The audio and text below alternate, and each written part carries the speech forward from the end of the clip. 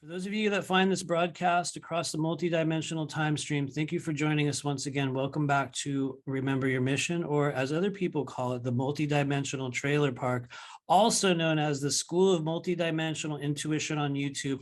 For those of you guys that follow our work, you may have noticed over the past year or the past few months that every now and then we've been bringing new people on and doing some what I like to call pre-recorded conversational interviews.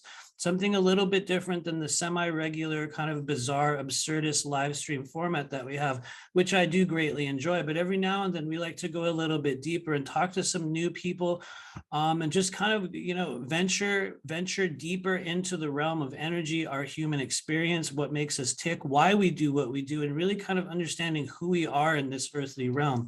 For those of you guys that may or may not already know, my website is rememberyourmission.com. And part of the reason for that is because understanding my mission and my, kind of soul's journey, who I am and what I came here to be during this human journey has been one of the most paramount and absolutely transformational experiences within this human journey. And so over the past few years, I've encountered a few people in, different areas, conferences, events, sessions, all sorts of settings. And one of the things we decided to do over time was start to bring people in from our community and just kind of go deeper, look into the deeper areas of their life, understand what makes them tick, and also what do they have to offer. Because one of the things that I've noticed about the current alignment of our multidimensional soul group, meaning those of you that follow this work and are a part of the larger community of kind of activating or awakening beings that kind of follow the overall milieu that we're involved in, there's a lot of really incredible people within that group, within that soul group, that don't always get seen. They don't always get heard. They come into these bodies with incredible experiences, incredible gifts, incredible talents, incredible abilities. And one of the things that I've noticed about the current temperature in our soul group is there's a lot of hero worship, of falsity, false light, and just all kinds of, strange, distorted energies. And as a result of, the exaltation of those strange, distorted, negative energies, many of the real ones, many of the authentic ones, many of the ones who are actually doing the work behind the scenes often become unseen and unheard. And so one of the purposes I believe that we have with this channel is to bring those voices out and to talk to people that I believe in, my point of view, those that I've encountered in, our earthly realm and along the way, bringing those people in that I think have a lot to offer. And so one of those people is definitely Drago Reid, a person that I think I first came in contact with, I want to say about 3 years ago, in the year 2020, or maybe shortly thereafter, when I was doing some, what we might call pivotal work, some transformational work, kind of calling out certain liars and making a big stink on the secret space program scene. There was a lot of drama. There was a lot of changes. And for some of you guys that know, there was a whole channel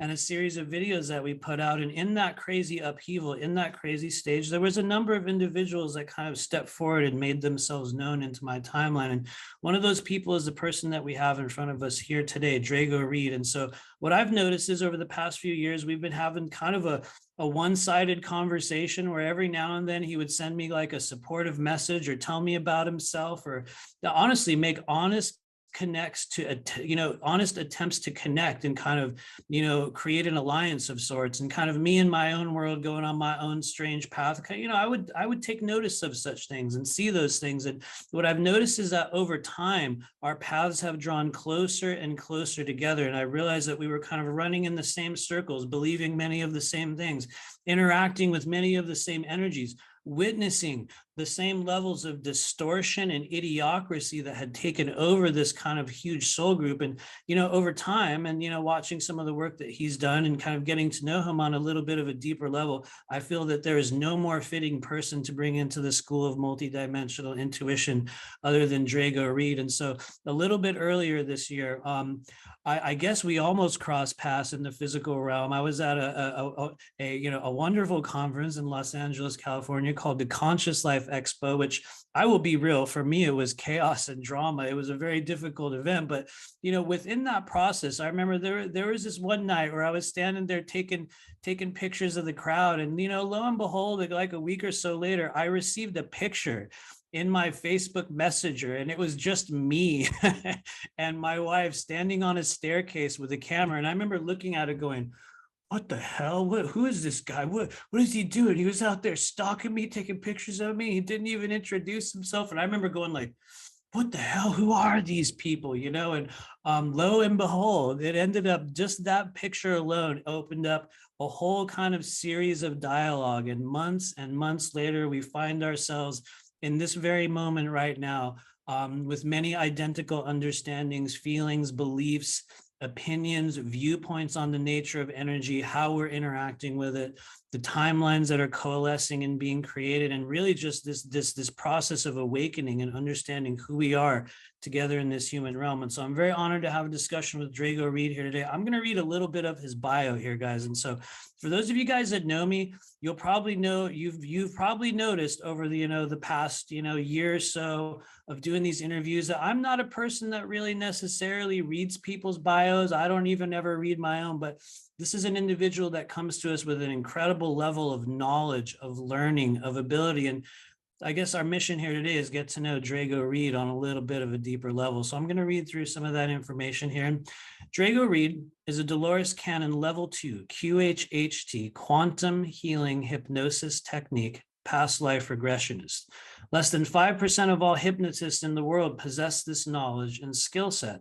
Through this technique, he is able to take the average everyday person into the somnambulistic state of trance, the deepest level of an altered state that exists within the human mind, through simple visualizations and colors to obtain unlimited amounts of information to the client. The technique is also used to heal physical pain, injuries, drug use, emotional issues, disease, cancer, to recover memories and deal with countless other inflictions permanently, often in a single session. Drago is a polymath, an adept researcher, and a deep dive investigator with over 2 decades of study in the fields of ufology, astrobiology, exobiology, exopolitics, consciousness, quantum physics, quantum mechanics. You guys, the list goes on, and it is wildly, wildly impressive. And so we're going to let him talk a lot more about his experience in those areas. But due to a major motorcycle accident in 2005, from crashing violently into a wall at 120 miles per hour, Drago had a near-death experience and an out-of-body experience, breaking numerous bones, suffering substantial brain damage to the parietal and occipital lobes of his brain, including his reticular activation system, the visual processing center of the brain, inadvertently rewiring his neurons, giving him unexpected side effects. What kind of side effects, you might ask? Well, he developed numerous cognitive upgrades, including a dramatic boost in IQ, claircognizance, precognition, high probability prediction, as he can process numerous scenarios in a 100th of a second. And so we are dealing with a person here who has incredible mental capability. And so I find his knowledge highly, highly interesting, highly, highly fascinating. He has the ability to see concepts as Nikola Tesla did in his mind, and how things can be built or be created in their most rudimentary and functional form using the least amount of parts. He can reverse engineer technology and tell you how to improve a product with less steps involved, or create an idea for a product that's never been utilized, and constantly thinks of inventions. He comes from a family, or a military family, with a famous invention patent. He's a world traveler, visiting 18 countries over the last decade, spreading and collecting knowledge, visiting ancient sites to find the truth about answers to the universe. He is also a full-time tattoo artist and body piercer of 22 years, working in Tampa, Florida. His website is fractaloflight.com. He also does, I believe, a regular show with Laura Eisenhower over on Rumble, as I understand. I believe that's called Rebel Collective. Am I right, Drago? Right. That's excellent. correct. So you guys can check out Rebel Collective on Rumble as well. But anyway, thank you for showing up. We had an amazing conversation before we started. Hopefully we're going to return to some of that. And like I said, we've been kind of crossing paths over the past few years in a strange way. I have a tendency to, I keep the whole world 10 feet away from me most of the time. And Drago's one of the few people that was able to kind of crack that shield to get in there. And so I have great admiration for your energy. And anyway, now that I've rambled on, and hopefully I didn't massacre your bio, how's it going? Thank you for being here. Yeah. I think I like you because me and you are really similar and stuff like that. And like the things, like you said, we've been into, we're starting to talk about these things, and we have a lot of the same viewpoints about stuff. and like it's just all coalescing together, and it's all kind of filling in puzzle pieces and making more sense, and like it opens up so many freaking conversations. Like Totally. me and Matthew are probably going to talk about 150 threads per like 20 minutes. Maybe. So it'll probably be like full tilt boogie, full Yeah. steam ahead right now. Yeah. If you can, start out by giving us a little bit of some history. I noticed in your bio, and also kind of in some of the other interviews you've done, and, you know, also talking with Laura on her show, or your guys' show, that your near-death experiences and kind of the accident and the stuff that it looks like, at least from a limited perspective, maybe that kind of set you on the path to what you're doing now. But as we get started, for those that have never seen you or heard you, tell us a little bit about what happened. How did it go down, and how did you get to where you are right now? And just so you know, I'll probably interrupt you with a lot of questions. I tend to do that, but yeah, take us through like the early days. How did this whole thing get started for you? To start with the early days, let me just tell the audience that I have no memories from birth to age 10. I would say maybe I have, I think I've about maybe around 20, 25, that's pushing it. Maybe under 20 memories up till 10 years old. When I hit that wall, I basically lost my childhood. At that time, I didn't realize that at the moment. And I didn't think about my childhood for a long time. And then it got to the point years later, I was starting to think about my childhood. I'm like, where did my childhood go? Yeah. Like, I feel like I have a damn near photographic memory from anything after 10 years old. Like, me and my mom would always have these talks, and we would have these random memories. I'm like, hey, Mom, remember this one thing that happened? And she was like, how do you remember that stuff? I'm like, I don't know, you know? And then fast forward to now, hitting that wall really messed me up. Did all kinds of stuff, broke a lot of bones, really messed up my head, but it also gave me these cognitive upgrades, but also like dyslexia. So like I have trouble with small words, like very small human words. That's what I like to refer to it, because like you want to talk about complex theories, anything but mathematics, I'm your guy. Quantum physics, quantum mathematics, let's go down that route. Just don't have me have to do some math, because like that bump on my head, I don't do math. I don't either, and I never even got bumped on my head. The only thing I need to do is how to count money. That's it. Okay, there you go. Maybe that's all you need to know how to do, right? Yeah, but my first death experience was around 13. I ended up drowning in the Guadalupe River. And I remember stepping out of my body, seeing my little 13-year-old self just do backflips. I basically went off this 2-foot drop. I'm talking about literally 2 feet, man. A waterfall drop, 2 feet. Wow. And when I went, I had leaned back. Apparently you're not supposed to do that. So like when I fell, I started oscillating backwards, doing backflips. Eventually it knocked me unconscious. Eventually I took a drink of water. Were you underwater at this time when you were flipping? So by the time I said that, I didn't talk about this for the longest time. Like I only started talking about this not even a month ago, man. My whole freaking life, I kept this to myself. Yeah. Like I'm a very private person. I have been my whole life. I've been alone a lot my whole life. So I've raised myself pretty much. And I've learned a lot myself, read a lot of books. And the only person I can count on in my life was me, because father was never there. He left when I was like 9 or 10 years old. Yeah. So I've raised myself, and everything I wear, every place I ever went to this day was because of my hard work and my studying and my sweat, blood, and tears to do that. And it's been a long journey. Yeah. So back to the drowning part, I remember looking down on my body, and I remember you can see myself like doing backflips. And I remember I couldn't do nothing. I'm just moving my arms, and I remember I would hit the little bedrock every time I do a full revolution. The back of my head would hit that stone. Ooh. And it would kind of like almost concuss me. It would like, I'm still holding my breath, but every time I spin around, it hit me again. And it would just over and over, it would just hit me to the point where I couldn't do nothing. And I'm stepped out of my body, I'm looking down. Eventually I get back to my body, and I realize after I came up from that water that no one noticed. I'm with my family at the time. No one really noticed. So imagine a little fat kid that was made fun of almost his, I wouldn't say my whole life. I was talking about, I was the fat kid up till about 19 years old, 20, right? I was always that lonely fat kid. I was always the friend, you know. All right, right. So that taught me to read because I was always alone. So that's how I got that deep dive into books. And that started way early, like 6th grade obsession. That's kind of cool story. But get back to my body. Years later, I had the bike crash. That's at 25. I was going way too fast on a motorcycle. There was an 18-wheeler on the right side of me in the middle lane. And I seen an exit coming that came a little too fast because I was obviously, you know, was doing at least 80 or 90.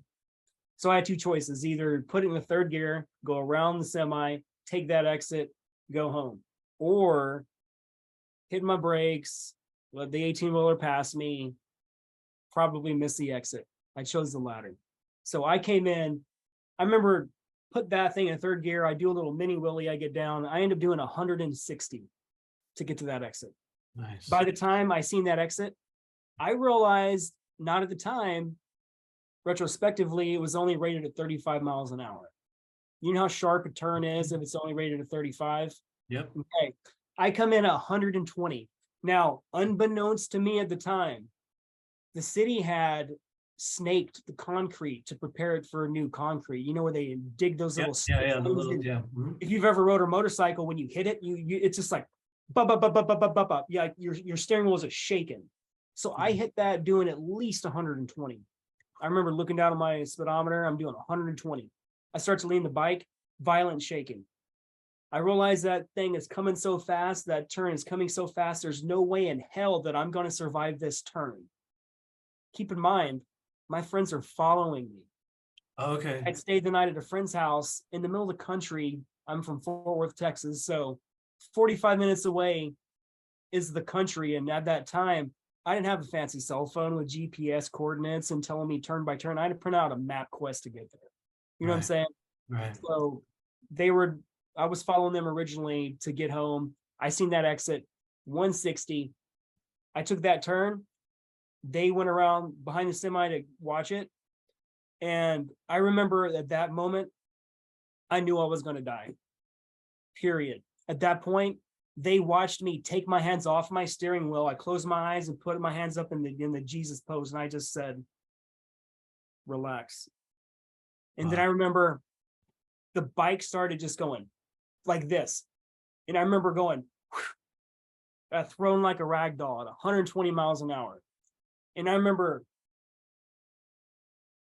much when I was spinning through the air, but I remember coming down and hitting the concrete because the entire left side of my body felt broke. And not only did I hit the concrete, I also hit the guardrail first. I landed in the guardrail, left side. This is 7 breaks here, 7 pieces. Can't see it in this light, but it's sticking out 3/4 of an inch. Yeah. So I broke all these bones, went to the hospital. Long story short, years go by. I have another crash. I crashed my Honda S2000, my drift car. And some jerk off hit me out of nowhere. Wasn't my fault. I was doing 35 miles an hour in traffic. Someone reverses into traffic from the other lane across at a 45-degree angle into my car. So at that point, I remember it was pretty hardcore when it hit me, like the violence, because that was a accumulation of about 75 to 80 miles an hour of hitting a dead stop wall with both of our speeds. Wow. So and I remember hitting my head, my window was up, and the little S2000, it's a 2-seater. So your left arm is literally on the window frame. And then the glass is touching your flesh. Yeah.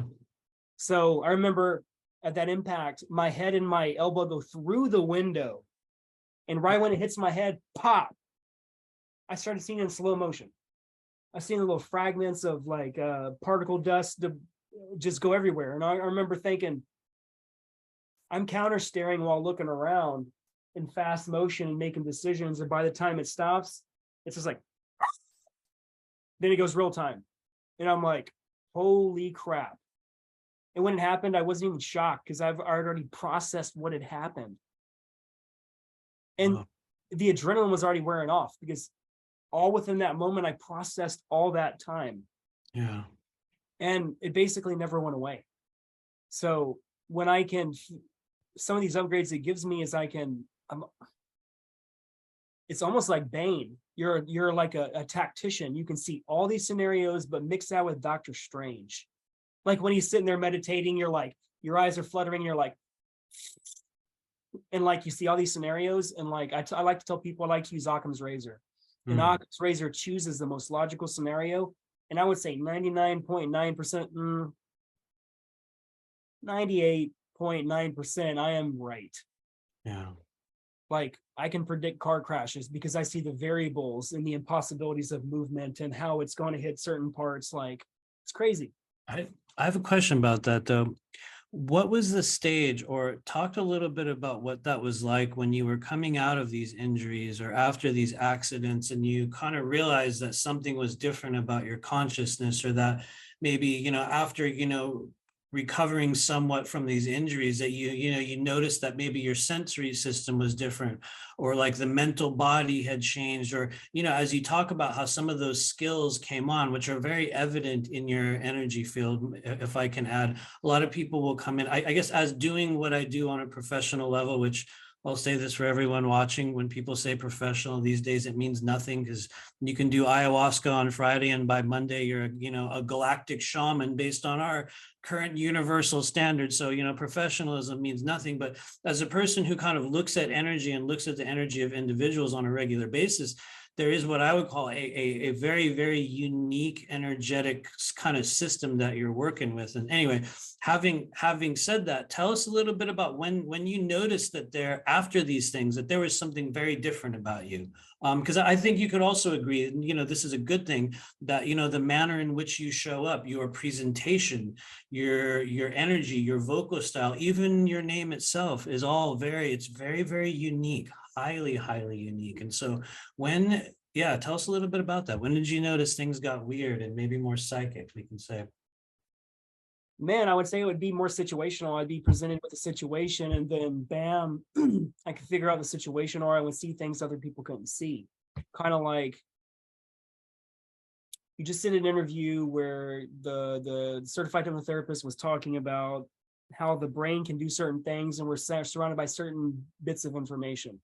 So with the reticular activation system of the brain, that brain, it processes around 1 million bits of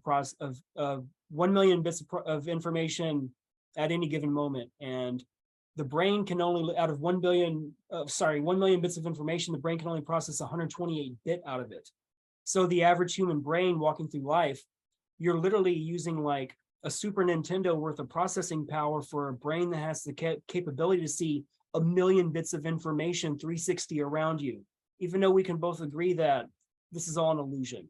We're both not literally sitting in a chair looking into this mysterious Zoom video capturing this essence of us, because it's all a creation of our own mind. Yeah. Even the things behind us, like they're not even here. It's all in the mind. Absolutely. Now it's got lost. Okay, one caveat I want to tell the audience is go for it. my brain damage is, if I start loading a situation and start talking, I can lose my train of thought easily. I do too. It's okay. It's okay. I do it every day. So no worries. We'll just, just remind me and it'll be like, I will stop like I didn't start. No, it's all good. I was asking about how and when you noticed that after your injuries, there was abilities underneath, because, that's a factor for a lot of us in this life. Near death experiences, catastrophic accidents, traumatic brain injuries, PTSD, all sorts of traumas that, as and everyone else that's watching, they will open the door, yes, for many wounds and things to recover from on the physical plane, but they're also gateways. They're gateways to higher levels of consciousness, what, they call in the law of one, catalyst for extreme growth and activation. And at what stage did you realize there's some ability underneath all this trauma? How did that get uncovered? All right, I've been trying to figure this out for a long time. I've been trying to pinpoint a singular moment in my life, like the catalyst, the moment. Yeah. And I can't recall the moment, but I know things changed when I realized I started seeing in slow motion. Yeah. So basically, the average person sees about 24 frames per second. When you're watching like live broadcasts, sports stuff, that's about 30 frames per second, right? Fast-paced actions done in 60 and then 120. Anything that fast, the average human brain with the reticular activation system cannot process that many bits of information. Therefore, it's all blurry. With me, you can put me in a situation and I can see everything. Kind of like when I seen you at Conscious Life Expo. I wasn't even looking your way. I just seen some energy coming from over here, and I felt like a cool energy coming from the way of the staircase, and I just happened to glance over because it was almost like a ping of energy. Nice. Like across the quantum field. It was just like I was seeing you or experiencing something telepathically before I actually got to see it. And in that moment, I'm like, you know what, man? I don't know how many shows I've done where no one ever takes photos of me. And it's offensive. I would love for people to take photos of me because like I want to remember those moments and like remember the conversations I was in that I didn't even know were actually cataloged by somebody. It's just like, dude, thank you. I didn't take a photo of that moment and you just made my day. Thank you. So that's cool. So when I sent you that message and it got kind of funky for a second. I was in like attack mode after that, dude. I'll just say this publicly. I really don't care. We got shit on by so many people at Conscious Life Expo. I mean, directly to your face, people that were bitter and hateful, just toward whatever I was doing. And I think a part of it was, the temperature there had changed. They were in a stage of extreme portrayal of literal false light kind of spirituality, and I was stuck in between the one of the secret space program fakers, and I think, who was it, the Princess of the Pleiades, like on the other side or something like that. It was just like a haven for extreme spiritual posturing and just absolute false light nonsense. And so I was not that I was under attack, it was just like, whoa, we definitely don't fit here. Anyway, you know what I mean? One of those moments. But anyway, go ahead, go on. I believe it came with the Great Purge. And what I mean by the purge, I mean that some of the most strongest speakers in ufology and consciousness were literally blacklisted. Yep. At Conscious Life Expo and Contact in the Desert. And I had to do my own investigating on that. And it went pretty deep because the blacklist affected a lot of people I know, including Laura. And I had to contact the direct owners to figure it out. And I'm like, what's going on with this ban? Like, why is there a ban? Why is all these people getting uninvited to all these shows? Yeah. Like, you recently did a roundtable with Laura and you all discussed about how a lot of I don't want to name people at this moment. We're only gonna call them the gatekeepers, right? Yeah. Gatekeepers, they're blacklisting everybody. They're uninviting them to the shows. They're making public smear campaign videos. Like, if you are of the love and the light that you preach in your books and everything you say in your videos, but you're the antithesis of all that information, kind of like Corey Good, right? Mm-hmm. When you see him on that deposition, that dude is damn near borderline vicious. And there's so many words I would like to say. Like, he's pissed off a lot of people since that deposition leaked, man. Like, me and Laura just interviewed Leon Kennedy. And you started that entire project, man. And I was telling you early before the show that you were the primer and catalyst to a movement that people needed to see happen, because we were tired of being lied to. We're tired of conscious deceivers. We're tired of all these fake SS people coming out using memories that aren't even theirs. And then you find out they were in the forums and they were in the groups and they were there behind the scenes. And when they tell the story, you can tell the conscious deceivers from the authentic people, because most of the authentic people, even though they do have memory recall over a time, their story typically never changes. They say the same words, the same sentences. They describe it in the same way. Let's use David Wilcock, for example. He repeats himself a lot. True. He likes to talk about himself a lot. So we can understand. I was a huge David Wilcock fan since probably 2012, since before Wisdom Teachings, man. Like, I have his books over here that he freaking signed to me right over there. So when I started seeing these videos come out and all these accusations, what's going on behind the scenes, and I started hearing undercover recordings of Corey and David talk, in what they were saying about the movement and how they were calling their own movement. I remember hearing Corey and David talk behind the scenes at Contact in the Desert. Someone was recording them when they were behind the main stage, and they were talking about, Corey said, I can't believe anybody believes in these blue chickens. And Corey said that himself, his own words. And they were just laughing it off, talking shit about all this. Yeah. So, you know, I watched Cosmic Disclosure since the beginning. And I would tell everybody, spend some freaking money, go to Gaia.com, watch this freaking testimony, because the shit that Corey Good was saying, it was dovetailing off all the information I was hearing about from actual other people in the forums, in the groups behind the scenes. Because before Corey Good, I would say he's like the star of the movement. He was a necessary evil. Totally. To bring awareness to the secret space program. Like Corey says, he invented the secret space program, but I've heard that other insiders have used that word for at least 20 years going back. Yeah, I think Michael Relf was talking about it in like the late 80s or something, wasn't he? Or maybe it wasn't that exact term, but something. And like the interplanetary corporate conglomerate, I swear to God, it is either in the movie 2001, The Space Odyssey, or it is in Aliens Part 2. Oh, and it was either Nostromo was working for the interplanetary corporate conglomerate, or it was I've been trying to figure it out lately, because I remember seeing that after watching the movie again, and I remember seeing the ICC in this movie. I'm like, wait a minute. I remember Corey said he made that term up. And I'm like, hold on. This movie's been out since like the freaking 80s, man. Like, hell no. Hold on. He said he invented the word Anshar. I'm like, okay, that's not possible, because the Anshar is the direct descendants of the Anunnaki. The way the genealogy goes, it starts with Tiamat and Apsu. They combine energies, create Mumu, their vizier. They three combine their energies and they create Lamu and Lahamu. Then Anshar and Kishar. And then from Anshar and Kishar comes Anu and Antu. And the Anunnaki kids, Inkian and Lil. Thoth, Marduk, all of them. Yeah. All the Egyptian pharaohs. We was talking about, and that connects directly to John King Lackland of England. Yeah. And all the presidents of the United States. So unfortunately, this entire planet is all Anunnaki structure.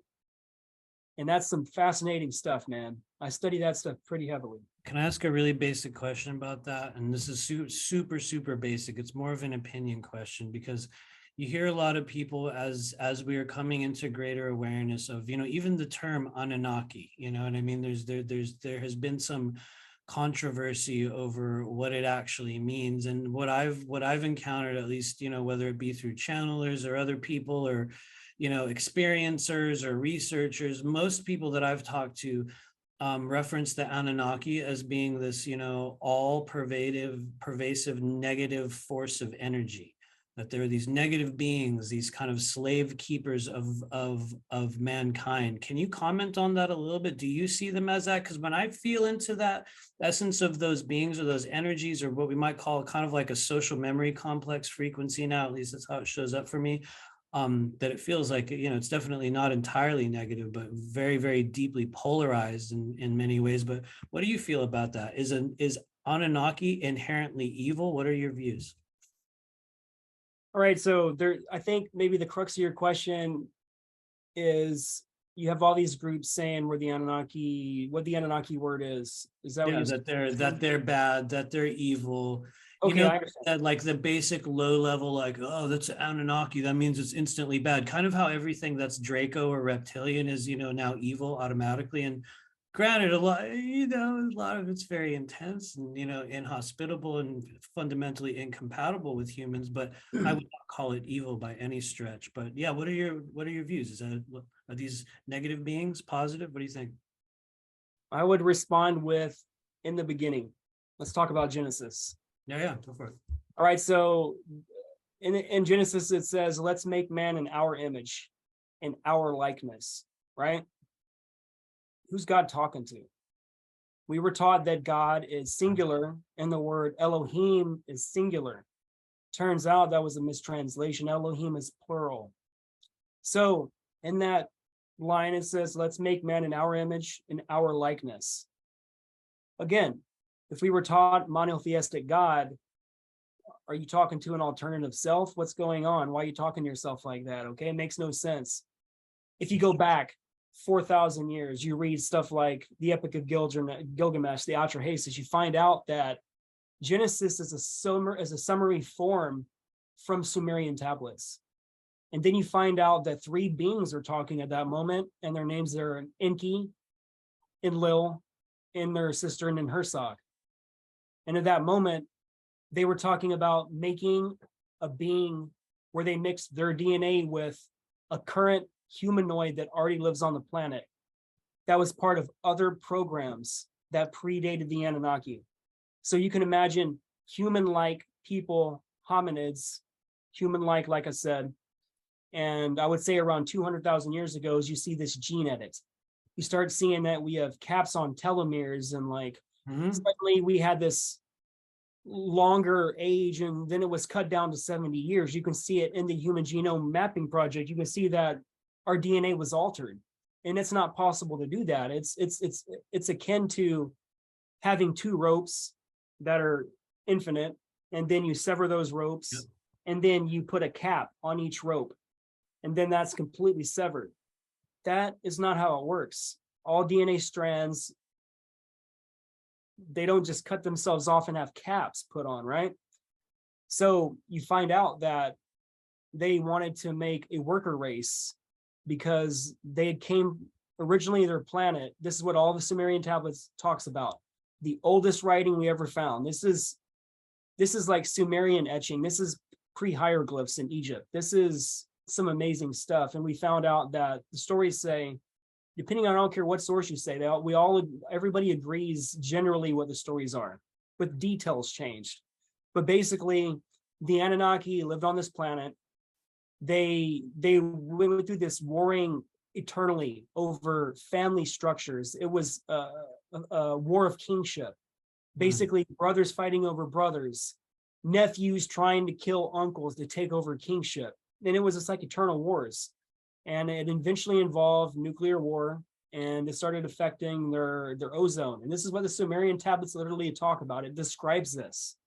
And they had figured out that the planet that they lived on, it had extreme volcanism, lots of volcano activity, and the activity that would put up in the atmosphere would actually block off the ozone and allow them to live. So it got to the point where they went through so much nuclear war that it made all the males sterile. A side effect of that is it made them master geneticists.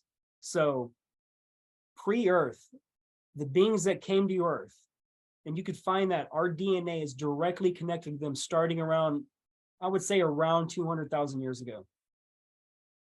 So that's some pretty big stuff, man.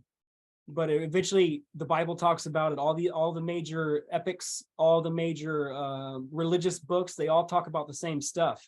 Then you find out, like the Bible, for example, you have Yahweh. Yahweh's older name pre-Bible is Enlil. Okay, it's the same guy. He was the vengeful guy. He said, murder all the men and children. When you get into town, take the women as slaves and like have sex with the children and take them as tribute and kill everybody else if you want to, like sacrifice your firstborn. Like that's Enlil. So when you say, are the Anunnaki good or bad? That's a tough question. I would say, would you consider a species that invades another planet, that comes in, mixes their DNA with something, makes them their slaves, and then they eventually create a monetary system and a controlling structure through language, mathematics, astronomy, agriculture, animal husbandry? It all came from the Anunnaki. All of it. Everything. And all that ties into Hitler's obsession with the Vril Society and the Tola Society, and why Maria Orsich was channeling the Babylonian. They were literally speaking in Babylonian when she was channeling the Aldebarans of the Aldebarans. You got to realize the Anunnaki had outposts in Aldebaran, right? Doesn't mean you're talking to Aldebaranians, whatever you want to call them. Anunnaki that were in Aldebaran. Yeah, so it doesn't mean that that's who they are. Like with the Orion Wars, everybody split to different planets. These refugees went to Mars. Earth technically wasn't here yet. It was first Mars, and Mars was a moon of Tiamat. Yeah. And when Tiamat exploded, Mars lost its atmosphere, and a chunk of Tiamat settled in the second position. Yep. So that asteroid belt contained Ceres. Ceres was a moon of Tiamat. It got caught inside the asteroid belt. I didn't know that. And the asteroid belt is loaded with freaking gold. The Anunnaki call it the hammered bracelet, and it is full of gold. But the problem is, the Anunnaki could never cross the hammered bracelet and never get past it, so they can never see past Jupiter. Because every ship that they send through, the asteroid belt would kill all of them in their ships. They talk about this in the Sumerian tablets. So they still can't cross that? Sorry to interrupt. Are they still like unable to cross that barrier? No, they mastered that a long time ago, man. Okay. Like long time ago. So the original story started with the Anunnaki. There was this king named Alalu, and he was banished during a fight with Anu. So he leaves the planet in banishment, and he starts seeing the planets, and he has a name for each one. And it also happens to do with all the main gods. They all have the same names going back. So he talks about, and he describes planet to planet. He comes upon this small planet, Pluto. He goes to the next planet, he describes it, the watery planet. It's mostly water, blah, blah, blah. And he goes planet to planet in the Sumerian tablets talking about he finally finds Earth. But before he found Earth, before I start talking too much about the Anunnaki, I would like to have a conversation versus me talk the whole damn time. This is actually really good. I do have another question, but if you want to follow up on that. Okay, so basically, I'm with you. Alalu, he actually left. This is what the Sumerian tablets say. Like, I don't care if it's Zachariah Sitchin. Most of my material comes from Stephanie Dalley. Okay. And I'm talking about original Syriologists and like George Smith, the original guys. So like, Zachariah Sitchin would get a lot of his interpretations from George Smith, because George Smith was the first guy that cracked the language. And I believe that was a soul contract. You don't just random. We found out through QHHT, like, none of this shit's random. Like the things you're obsessed with, like if you're obsessed with certain planets or certain scenarios, odds are you live those lives and you're remembering them on a soul level. So like that's you pulling to it, you're gravitating with it. Like no matter what people do, it cannot push you away. You're going to just get closer and closer. You have to discover everything. But anyways, when King Alalu left as part of that banishment, he stole one of the big spacecraft. And with that spacecraft, he stole something called the weapons of terror. Those were nuclear bombs. They used the nuclear bombs on their own planet to kickstart volcanoes to produce more ozone protection. So King Alalu brought these weapons of terror to the hammered bracelet. That's what they call it in their history and all their epics and tells. It was always called the hammered bracelet because that happened in their ancient past. So he figures out that he can use these weapons of terror, these nukes, to get by a certain part of this asteroid belt. He actually breaks through the first Anunnaki ever. He gets to Earth. He figures out that he literally says that his ship scanned the atmospheres and says it's compatible with his own planet breathing. So his own planet had oxygen, O2. Yeah. Takes off his mask, walks out of his ship, breathes the air. He walks upon a river. He sees that there's fish in the river. He starts walking through the little terrain and there's mountains and stuff, and he sees that there's fruits. So at that point, he knew that if he comes back to Nibiru, and he tells people that they found another planet where they can survive their own deluge and their own catastrophes, and they can have somewhere better to live. Alalu went back. Yeah. He went back. Another battle happened. Eventually, Enki came, Enlil, Anu came, and that's how the story starts. Yeah. So really quick, tying the Bible with Yahweh, it was Angel Gabriel that was sent to start the entire Muslim religion. He told Muhammad was an illiterate. He forced Muhammad to read and write his diktats, which came from a Christian angel, Gabriel. Interesting. Gabriel started other religions as well. Go down that rabbit hole. That'll trip you out. That's So you I find out actually that have not heard that. That's fascinating. so the bad guy of the Anunnaki would be in Lil. He's basically known as Odin. Right, right. So like Thor and Loki, that Mhm. would be like Marduk and maybe Nergal. Mhm. That's Nergal. He started some crap back in around 2000 BC and before that involved nuclear war. Like the Sinai Peninsula. If you look at the Sinai Peninsula from satellite views, you can Yeah. see that the whole thing has been blackened. And in the Sumerian tablets, they talk about that this war had happened and they unleashed the weapons of terror. They were not supposed to have done this. This was against the wills, and they did it anyways, and Enki allowed it to happen. This was his own son. Enki told him. This involved the area of Sodom and Gomorrah, and it wasn't to kill off the homosexuals and the immoral people. It was way more than that. Like the Sumerian tablets literally say that they nuked spaceports in the Sinai Peninsula, like literally spaceports, including the story of the Tower of Babel. Humans were mimicking the gods, the Anunnaki, and when Enlil came back from his shar, 3,160 years, that's how each rotation is. It's called a shar. So each shar, they're 1 year old to us. So every 3,160 years, they're only 1 year old. And keep in mind, the age of Aquarius is now. That is the new age. So all these people that said this new age movement, humbo jumbo, listen, man. The new age means we're in the precession of the equinox. So we're entering a new age, which is 2,164 years, right? So we start the new age. We go from Pisces into Aquarius. Aquarius is the symbol of Enki. Oh, I have a question about that. And so that's where the return of Enki is coming from. Without going down that rabbit hole, that's what the premise. Okay. We talked about that. That's the premise. So the return of Enki is literally shown on the constellation. When they say that those 2,164 years, those are like years of kingship. That's their role. Like we just got out of Marduk's role. Yeah.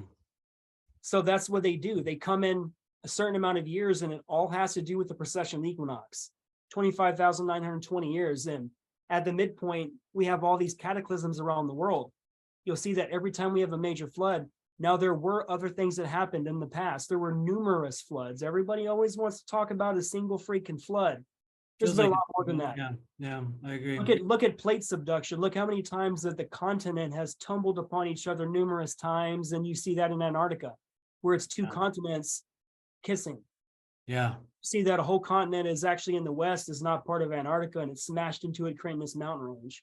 That's what it's. Yeah, I've also heard that. Interesting. I absolutely. Yeah. So I'll just ask because it's a big thing, and we don't have to get anybody's names or any of that stuff. But what are your viewpoints on the current kind of spiritual disclosure ufology elitists talking about the second coming of Enki?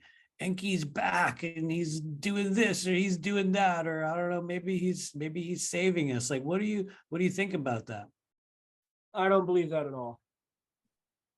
Why? I don't believe that Enki's coming back to return Grell DNA. Enki is the sole reason why we lost it. He was the one that took it away from us 200,000 years ago with the last genetic edit that was done to us. So if you ask yourself, go down this rabbit hole. Why would somebody return something they stole to make a slave race just to make it whole again? What is the motivation to do that? Yeah. If you only have 2-strand DNA and we originally had 12, do you know what that would do to your codons, to your neurons, to the energetic field and the astral field and all the other levels that compromise the human body, the astral body, all that stuff? It would explode with energy and awareness. At that point, we would know the truth, because odds are we would be connected to the Akashic records and we would know everything about us. We would know our past, present, and future lives simultaneously at the moment of thought. Isn't that kind of happening though already in its own organic unfoldment way? Yes. It seems to me that it is. I'm not saying it has anything to do with Enki, but I'm like, it seems as though we are having a collective activation and remembrance of those things. And I guess, maybe for me, the question comes in, and maybe this is just me trying to angle it in a different way, but it just feels like to me, the current talk or the pseudo spiritual influencers that need to continue to create some sort of clickbait every week so that we're like, oh, something's happening. It feels like a social construct that they're using to gain clout and some form of supremacy over information dissemination. Like it's just like a buzzword that they're throwing out there without any kind of deeper knowledge of it. And maybe I'm totally wrong, but what do you think about that? Are you talking about how they're interjecting chaos amongst the population and making us go at each other's throats and separating us from left or right, up and down, like male, female, everything's inverted? Is that what you kind of mean?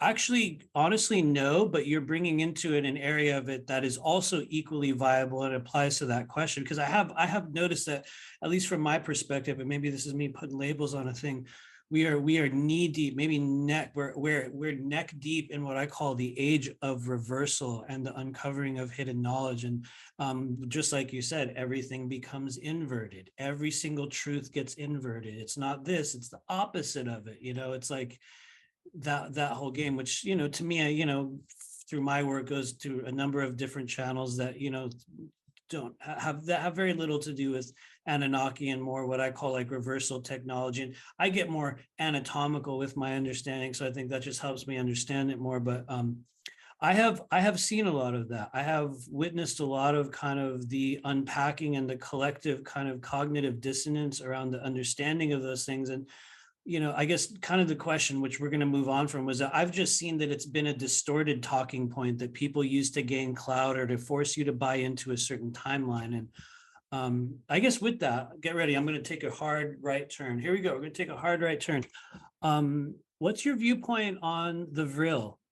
Whether as a source of energy, a group of beings, what we might call a race, what we might call the coming race, if you follow, the literature, because at least for me in the work that I do and kind of viewing people's energy and kind of working with stuff that's going on in what we might call the astral, which is always a cringe buzzword nowadays, but there's a lot of real energy available. And I think that it's a naturally occurring wavelength of energy that has been given kind of a distorted name by our consciousness. But can you just comment a little bit upon your understanding of what Vril represents? Because there's so much folklore and craziness around it that, to me, I don't think it's all correct. But what's your viewpoints? I would say that the Vril Society and the Toll Society, the Tola, they both found out that there are these beings that claim that they live inside the planet. And they were claiming to say that they were from another planet. In order for operational security reasons, you don't want to tell someone you're actually located near. If you make them believe you're far away, that's how you control something. If they know you're right next to them or under them or even in their vicinity, it'll freak people out, especially if it would be like an alien versus a human. Yeah. So depending on how deep the Vril conversation goes, I would say I know a decent amount. And I knew it was because of Maria Orsich and the Vril that we found the reverse engineered Vimanas in the Himalayas. And then that's what Hitler took to base his entire secret space program, his entire space program, Corey Good, space program. So that's where the Digalaka comes from, and that's where the all Hanabu comes from. It was from reverse engineered Vimanas.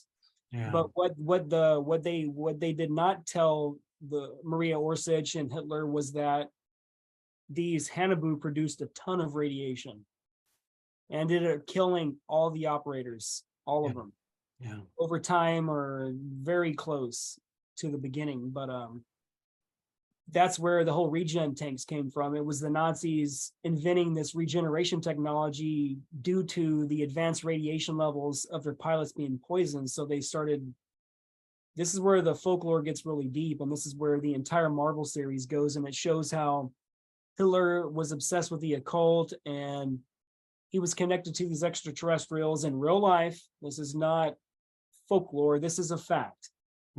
And he was taken all around the planet. You can see it in Hellboy. You can see it in all these movies, Indiana Jones and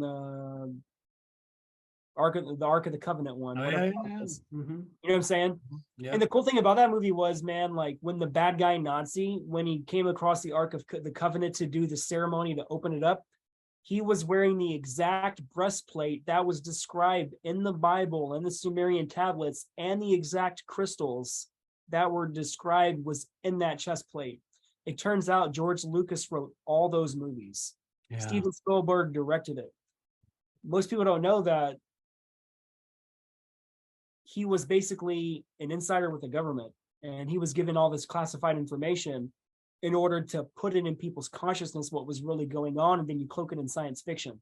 So Yeah. it's a way to tell the public the truth, but also say, hey, none of this is real, so we don't expect you to ever believe it no matter what, period. We're going to show you Star Trek Next Generation, aliens interacting with humans on a bridge in the Federation. It turns out Federation's a real thing. Oh, yeah. You know what I'm saying? It's just like it's actually called the Federation.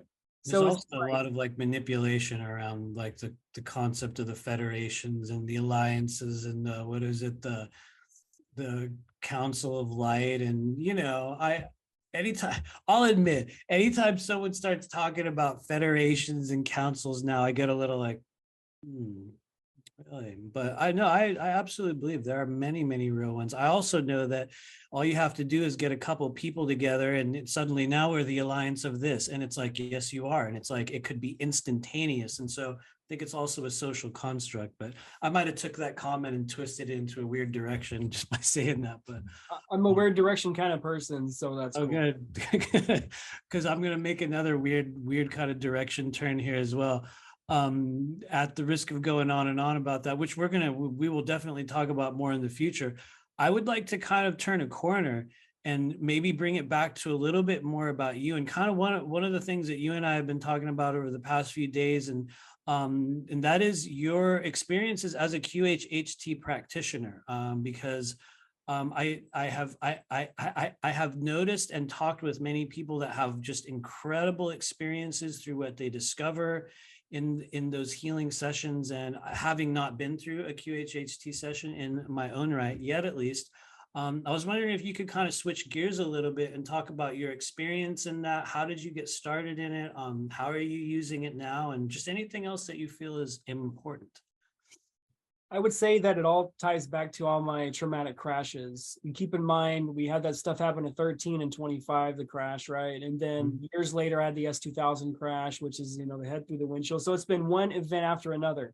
And then mix seeing UFOs in the skies for the first time to 23, with people standing next to me verifying I'm actually seeing stuff in the sky. And it's literally, I remember telling it to move a certain direction, and it would move a certain direction. So at that point, I realized that consciousness traversed time and space at the age of 23, and that telepathy is real. And at that moment, I don't know if I got an upgrade or something, but I started connecting people. I started seeing more things. And then the thing at 25 happened. And then I started seeing even deeper and deeper. And then it got to the point where I seen so much pain around the planet that I wanted to see more pain. I wanted to see the depths of the human soul. I started watching death videos, people getting their heads cut off, people killing animals. Like, I wanted to know what the most depraved individuals will do. And Totally. to do that at a young age, I mean, I started doing that probably around 18, and like, it got to the point where you see what humanity is capable of, and it takes a strong mind to be able to watch stuff like that and not close your eyes. It's kind of like I'm so connected to all life, period. A single ant. I remember I was sweeping my floor in my plant room, and I caught the ant, and apparently I may have broke its spine. And I remember feeling so much remorse. I got down on my knees asking forgiveness, because I know that ant is me in another life, having another experience, and there only is one mind in this universe. And I literally tucked my fingers to its antenna, and I said, I'm sorry, please forgive me. I thought about that ant every single day. So that's how much I've connected to life, because if suddenly now it's to the point, if I see an animal about to die, it's almost like I remember the Mad Max movie Witness. Yeah. Instead of looking away, watch it happen and be there with that consciousness in that moment. And don't be scared to look away, man, because Yeah. if we can't even face if we can't even face watching an animal die, because I don't know how many times people have stories of watching their animal run down across the road and it gets hit by a car and then it dies. But right when it happened, they looked away because they couldn't take what was about to happen. It takes a strong soul to not look away, to bear witness to that person or that moment, because I've watched people die since a young kid. Like, I've had a lot of people die of lung cancer in my family, and to watch people turn into skeletons and rot away, it's pretty hardcore. Yeah, I agree. So I've been around car crashes my whole life. I'm always the guy that's arriving on scene to help someone that is dying. And I always have a med bag. I always have a trauma kit, you know, always. I always keep cayenne pepper with me, and it's organic in case I see someone bleeding to death, because cayenne pepper can neutralize a gunshot wound within 60 seconds. Sure can. You can swallow it or you can stuff it in the wound, but guess what, people? It's not going to burn because capsaicin is only receptors on your tongue. So put it in your open wounds. Don't worry about it. It'll just clot. That's good. So yeah, I'm a trauma freaking magnet, man. So all throughout my life, tattooing, for example, people come to me suffering from extreme traumas, and I'm there for them. Why they tell me that story, why they lost someone, how they lost someone that lost a child, a miscarriage, lost a wife or child, like, it doesn't matter. Going through an abusive relationship. I'm the person that's been there for 22 years straight with these people, deeper than a barber, man. Wow. It's like, you think barbers know stuff? No. Tattooers know the deepest secrets of your freaking soul, because with a barber, you might spend a couple hours with a tattooer, you can spend months out of a year getting tattooed. I'm talking about 10 hours a day, every single session. What do you think we're going to talk about for 10 hours, man? We're probably going to get to know each other pretty damn well. So over time, I realized through all my own traumas of my own upbringing that I always knew what to say to people, because I went through a lot of the similar things. So it wasn't like I'm talking like a psychologist where it's like, yes, I understand what you're going through. What you need to do is this, because psychology says, you know, I'm not that guy. I'm there literally connecting with you because I see you in myself. What you're going through now, I remember when it happened to me. So it got to the point where I just know how to consult people and know to say the right things, because I genuinely care and I genuinely connect with people. And it's not from this disassociated kind of step back kind of view and very clinical and very observative and like I'm writing shit down about you. It's not even like that. So just mixing that all together, me being closer to consciousness, and over time it gets deeper and deeper every year. Like, I can see the connection, everything. Be seen in slow motion. You could see how everything interacts. Oh yeah, can I just ask a question about that really quick? Because you were talking about like the seeing, like the hundreds of frames per second, and maybe this is a dumb question, but would that mean that you kind of see other things in kind of slow motion on a regular basis? Is that like a normal thing for you, or is it something that you will kind of focus in on and then like perceive that? How does that work in your perceptual field? Okay, so since you just said that to me, now I just focused on your entire body. Now I'm looking at your breathing, your little tics, the way there's many of them. At this point, I've already established a baseline talking to you, like subconsciously. So anything out of that baseline, anything that's abnormal out of that, it automatically flags me immediately, and I focus on it. I can see a change in your breathing. If I say something that you really like, or if I say something incriminative or something you completely disagree with, you could bring your hands up here. You might kind of, you might try to censor yourself, or you'll breathe, you'll swallow, and you'll see it come down the throat, or you'll see the breathing pattern changes. I see all that with everybody, and I can't turn it off. Now, if I really want to focus on it and I bring that awareness to it, I can really, really hone in on it. So for example, I said this in a recent interview where I can be in like a restaurant. And what it did, these upgrades, it jacked up everything. Imagine all your senses turned fucking up. And it's always on up.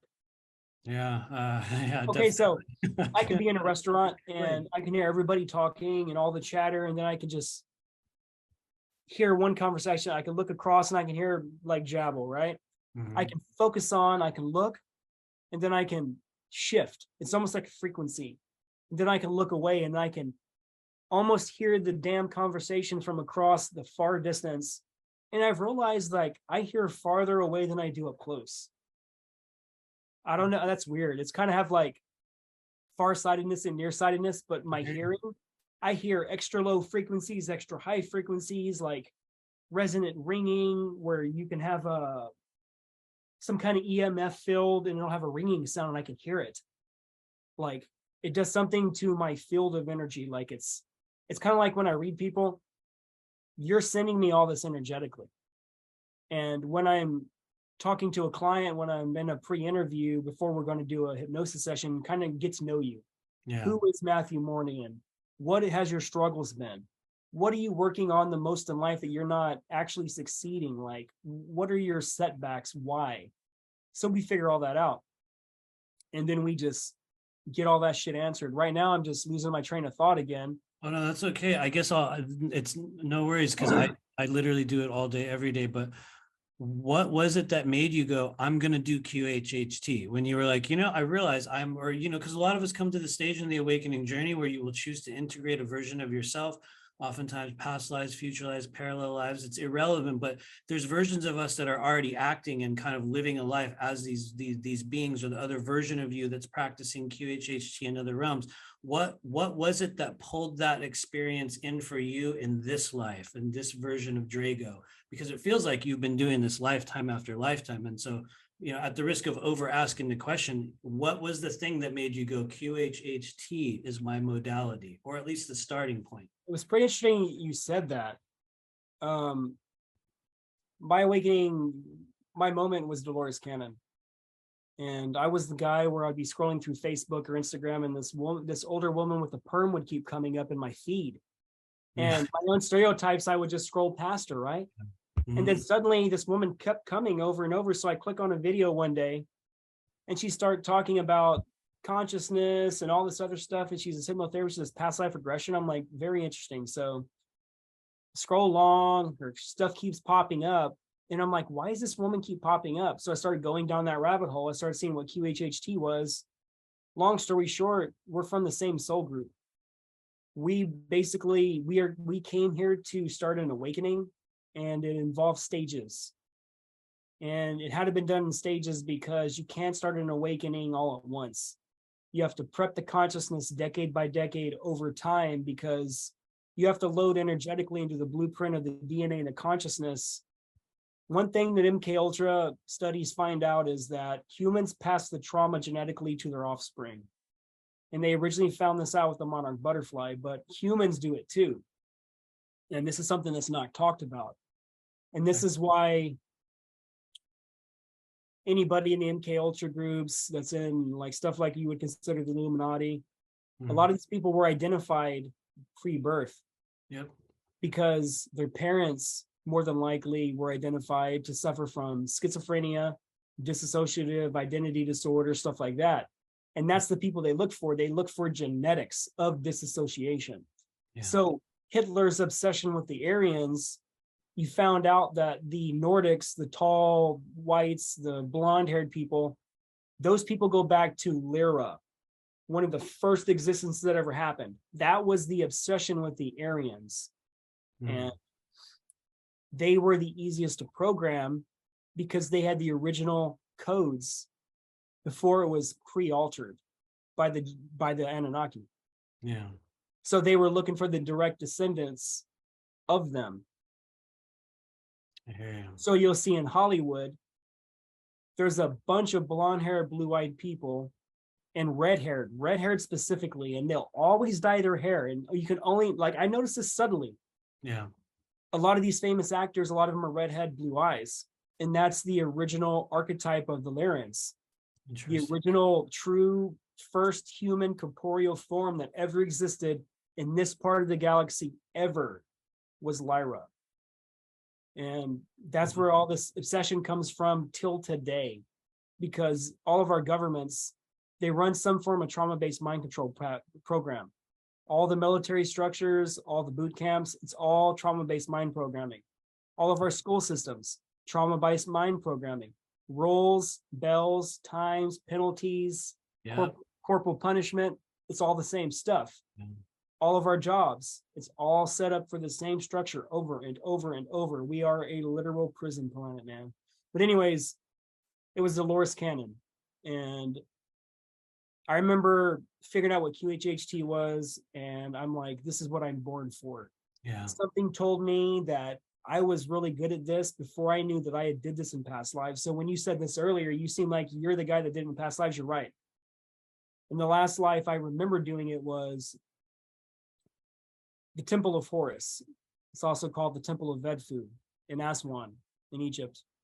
So I think it's southwest of the Giza Plateau.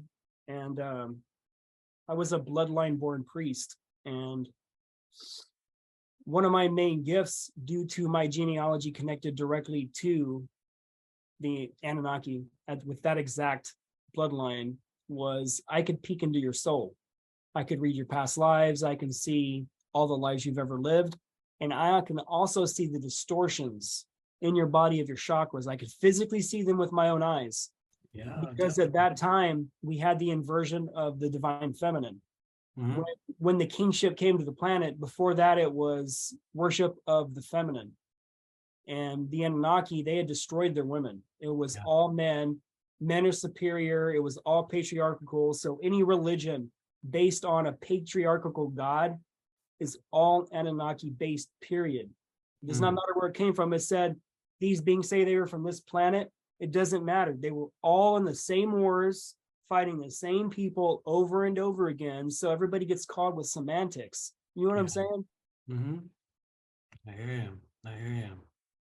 What's wild is there was another question I was going to immediately follow that up with, and then I got lost, which happens to me all the time. Where I'm like, Me too, man. and I'm then the guy who likes to talk about not. a thousand subjects, and you're like, the Oh no, I people, love it. they're Honestly, like, no, I wish you would have talked more about this, or like, what was this about? That was cool. And you're like, holy crap, this verified that, and like, you just connected these two subjects. no, I totally feel you, and I already have a feeling we're going to be doing more of these anyway. So we're going to I've been get trying to tell you that into shit for years, man. You actually have been. I will say that. I will admit that publicly. You have been telling me this for years, and And you just gave me a chance no, for recently. real, Now, it's now you're true blown though. away. You're like, what the fuck was I thinking, man? Like, we should have done this a long time ago. Yeah, honestly, but you know what? That's also me, and that like that's having been through honestly, like you, probably many difficult crossroads and events involving social conditioning and the manner in which we kind of relate and connect with each other. It's been traumatic and very difficult for me. And I've said this a million times, but I had no idea this was what I was going to do in this life. I did not have any clue until right around age 38, 39 years old. And so when I came shooting into this, it came in with all kinds of like crazy emotional baggage and all kinds of trauma that I'm blessed to have been able to do lots of work on it. But I am like a lot of people in this kind of, soul group where, it's very, very hard. I am definitely like an open and closed book at the same time. And so, but definitely we have done this before in other lives. And I guess I'll just say another thing. See, doesn't it feel like we kind of know each other Oh already? no, absolutely. Well, I have a feeling, because you were just talking about this Egyptian timeline thing, and that is one kind of area that I could say there was a period where I was very obsessed with kind of looking back and kind of looking into what I called past lives. And like you, I think I had a number of experiences that opened up these kind of, well, literally seals and gateways within the body that allow you to perceive those wavelengths of information on a much more deliberate level. And when I started engaging with those energies right around 2016, I started to just, kind of view and see these other versions of me that at the time I didn't know it was a version of me, honestly, until I got married to my wife now. And she has much more ability in that area. And she was able to piece a lot of it back together for me in ways that I instantly knew were true, because it was like the missing pieces that I didn't have before. And one of the things that I was doing in those Egyptian timelines, maybe this is how we knew each other, is that, I was one of those people that was weighing the organs and like getting people ready to pass into another realm, and literally taking apart, reconstructing and deconstructing their bodies on an astral and a physical level. And it's weird because I look back on those timelines, and there were stages in that journey where there was great upheaval and an overturning of control structures, and people were leaving the planet in droves and also leaving their bodies in droves. And there was literal lines, like 1,000 people long, physical lines of people coming to see people like us over and over and over again. And it was very difficult. It ruined a lot of our lives. It literally wrecked us. I'm sorry, healing. what? They would come for healing a lot. Oh yeah, they were literally suffering, and we were the only people who had the magical gifts to do it because we knew the science. And it was only passed down directly from the Anunnaki, because, like, again, the pharaohs are the direct descendants of the Anunnaki. They are the fathers. So everything we ever learned all goes back to the Anunnaki. So like Giorgio Tsoukalos, he always says aliens. I'm like, Anunnaki. And funny, the word An or Anu means heaven. So there's this argument where they say Anunnaki is this universal term where all aliens are Anunnaki, because it said the people from, I forgot what the terminology is, those from heaven come to earth or whatever. Right. Heaven was the name of Anu. That was the direct meaning of his name. So that was being very specific to the Anunnaki. And people, when they say that all beings, that they can call themselves Anunnaki, that is incorrect.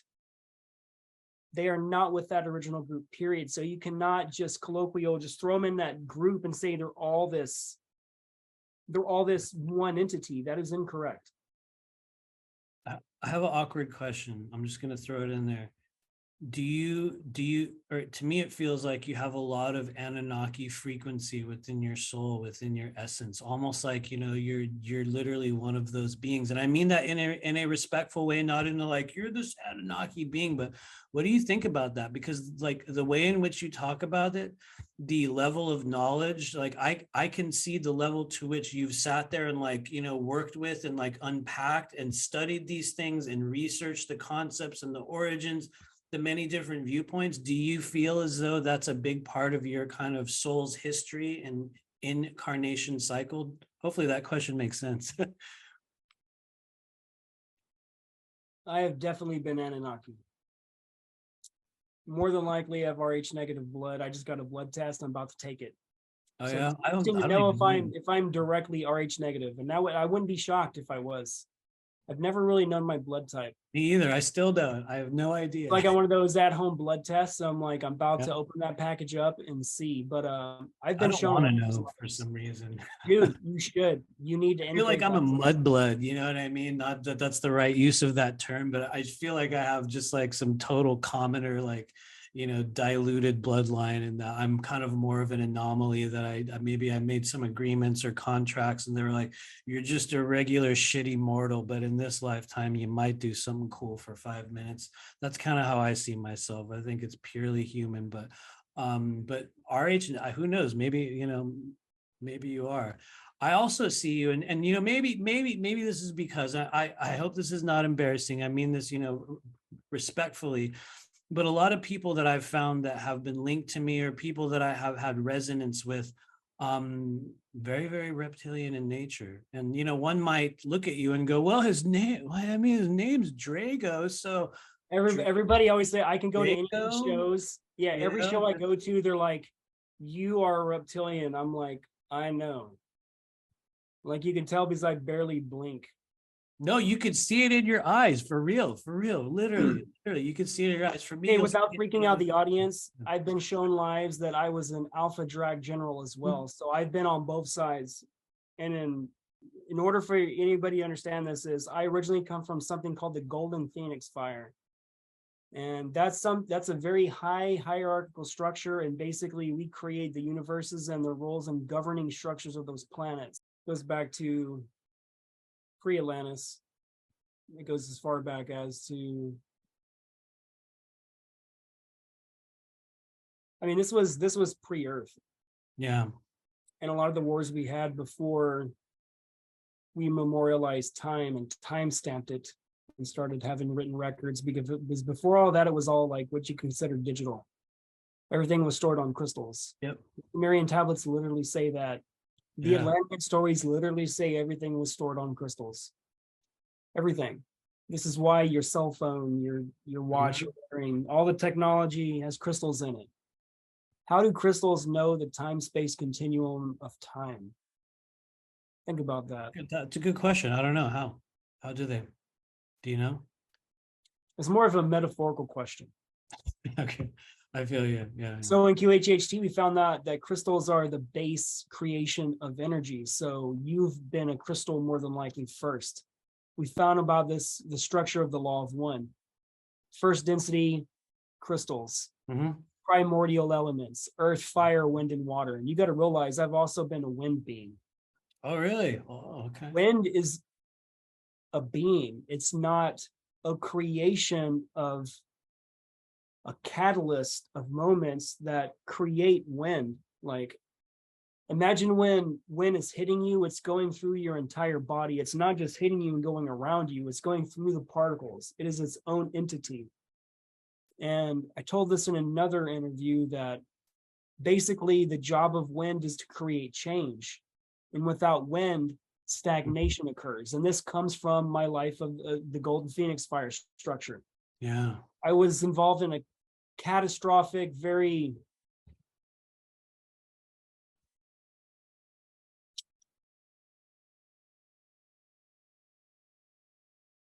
I can't even find that singular word that can It's sum all it up. right. Part of that Draco life. And the Draco life I did have, it was part of an agreement between me and another being. We wanted to incarnate on both sides because no one was winning this war. And we had to create a catalyst in order for something to happen. And we both came down from the Golden Phoenix fire. He incarnated as an Arcturian, I incarnated as a general. I specifically was a General Alpha Drac. And if you know about those things can kill a human within 60 seconds, no, 15 minutes of being in their energetic field. Totally. Just with their eyes alone. No, just their energy. Well, yeah, Like, that as well. But have you seen me walk through the crowd at these events in my armor? actually, no.